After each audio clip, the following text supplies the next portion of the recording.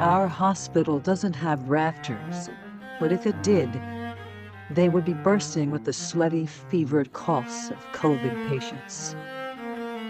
If I could turn my Toyota in any other direction, I would, but as it is, I'm almost to the parking lot. There's no reason to put on my mask out here, but I do.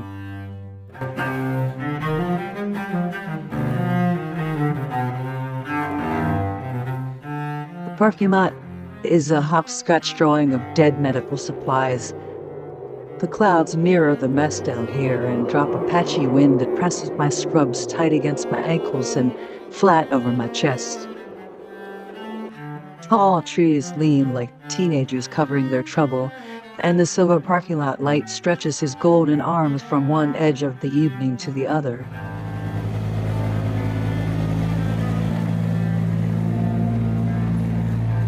Last night, in the twilight of my freedom, the familiar ache of a 20-year-old truck climbed up the driveway one last time.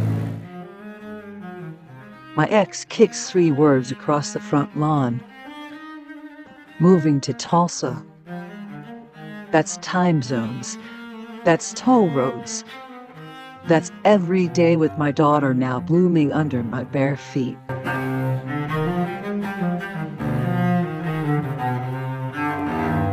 He looks down at them.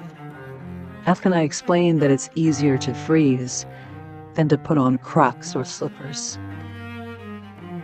I need the pain now. When? He turns his back.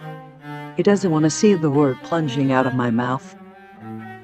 Margaret, I gotta work. You see COVID when it's unconscious. I see it dead. I see it dead too, fucker.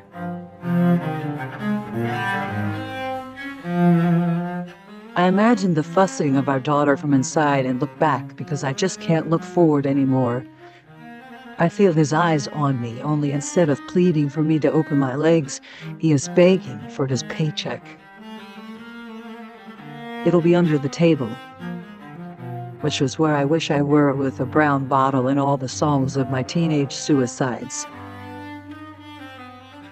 As I move through the cold cars of my fellow nurses, I can see that winter has left such a mess. Candy wrappers and soda cans and empty motor oil canisters hide in plain sight. Sluggish days spring will be stumbling through here soon, and the shame of this disease will be all worn out. I can see grass crowding the edges of the asphalt, where nature used to have a stronger footprint. I remember leaving him outside in the dark with his mumbling truck and quietly pulling open the windowless door. But I wasn't quiet enough. My daughter walked out into the living room naked, diaper removed, trembling from the cold, uncertain whether to smile or cry. Her father owned her laugh. She saved her tears for me alone. As the sun comes up over the edge of the hospital, the wind and the swoosh of the automatic door return back to me. Familiar.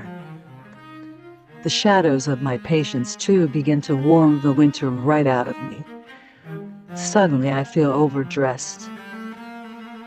There was a dignity to my daughter's stark nudity this morning. Maybe she felt the profound change coming. I do not.